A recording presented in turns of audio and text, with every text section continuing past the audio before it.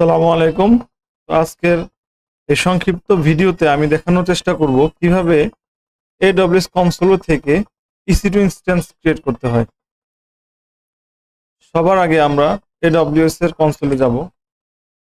সেখানে গিয়ে আমরা সার্চ করার চেষ্টা করব এবং EC2 লিখব।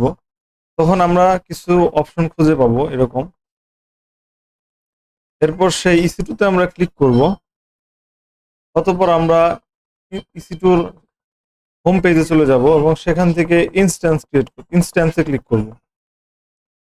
অতঃপর সেখান থেকে আমরা লঞ্চ ইনস্ট্যান্সে ক্লিক করব এবং আমাদের ইনস্ট্যান্সের নেম সেট করব। অতঃপর আমরা এখান থেকে আমাদের সুবিধা মতো অপারেটিং সিস্টেম সিলেক্ট করব এবং এরপরে আমরা ইনস্ট্যান্সের টাইপ সিলেক্ট করব। যেহেতু আমাদের এটা ফ্রি টায়ার, তাই আমরা মাইক্রো এক্সটেনশনের কোনো একটা ইনস্ট্যান্স সিলেক্ট করব। এখানে আমি T2 মাইক্রো সিলেক্ট করেছি। এরপর কি পেয়ার ক্রিয়েট করতে হবে। এর জন্য আমরা ক্রিয়েট নিউ কি পেয়ারে ক্লিক করব।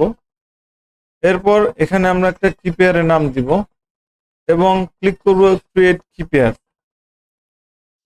এরপর আমরা সিকিউরিটি গ্রুপ থেকে আমরা সবকিছু অ্যালাউ করে দেব। এরপর আমরা অ্যাডভান্স ডিটেলসে ক্লিক করব এবং এখানে আমাদের ইউজার ডাটার জন্য যে স্ক্রিপ্টটা লেখা দরকার সেটা এখানে লিখব। মনে রাখতে হবে এই স্ক্রিপ্টটা হচ্ছে আমাদের এখানে যে স্ক্রিপ্টটা লেখা হবে সেই স্ক্রিপ্টটাই হচ্ছে ইনস্ট্যান্স ক্রিয়েট হওয়ার পর ফার্স্ট এক্সিকিউট হবে। যেহেতু আমরা ব্যাশ শেল ইউজ করব, তাই আমাদেরকে এখানে ব্যাশ সেলকে আইডেন্টিফাই করে দিতে হবে। এরপর আমরা লঞ্চ ইনস্ট্যান্সে ক্লিক করব এবং কিছুক্ষণ অপেক্ষা করার পর আমরা দেখতে পারবো যে আমাদের ইনস্ট্যান্সটা সাকসেসফুলি ক্রিয়েট হয়ে গেছে। এরপর আমরা ইনস্ট্যান্সের ভিতরে ঢুকবো এবং কানেক্ট এই অপশনে ক্লিক করব। এরপর আবার কানেক্টে ক্লিক করলে আমরা আমাদের ইনস্ট্যান্সটাকে ব্রাউজারের মধ্যেই ওপেন করতে পারবো। এরপর আমরা চেক করার চেষ্টা করব যে আসলে আমরা ঠিকমতো ইনস্ট্যান্সে ঢুকতে পেরেছি কিনা। এর জন্য হুয়ামাই লিখবো এবং হুয়ামাই লেখার পরে আমরা দেখতে পাচ্ছি আমাদের যে ইউজার নেম সেটা এখানে দেখা যাচ্ছে।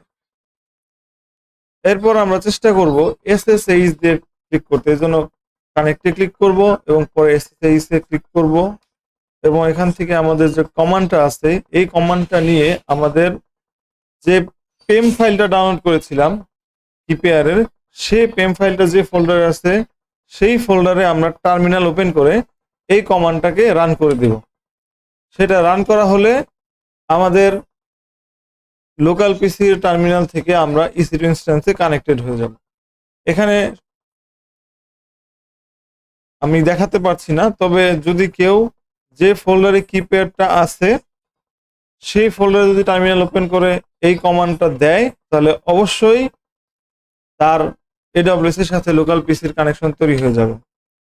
এরপর আমরা ইনস্ট্যান্সে ক্লিক করব এবং আমাদের যে ফ্লসি ইনস্ট্যান্স আছে সেটাকে সিলেক্ট করব এবং ইনস্ট্যান্স স্টেটে গিয়ে আমরা সিলেক্ট করব টার্মিনেট ইনস্ট্যান্স। কারণ এটা একটা বেস্ট প্র্যাকটিস যে আমাদের কোনো কিছু শেখা হয়ে গেলে AWS এর আমরা সেই ইনস্ট্যান্সটা বা যে সকল সার্ভিসে চার্জ করে সেগুলো আমরা ডিলেট অথবা স্টপ করে দিব। এতে আমাদের ক্রেডিট বার্ন হবে না।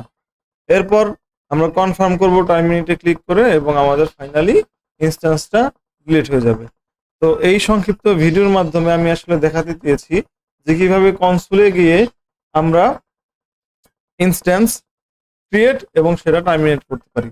আশা করি যারা বিগিনার আছেন তাদের জন্য এই ভিডিওটা খুবই হেল্পফুল হবে এবং এটা আপনাকে সাহায্য করবে ফ্লোসিতে যে কমান্ডগুলো আমরা এক্সিকিউট করতেছি সেগুলোকে ভিজুয়ালাইজ করতে। ধন্যবাদ।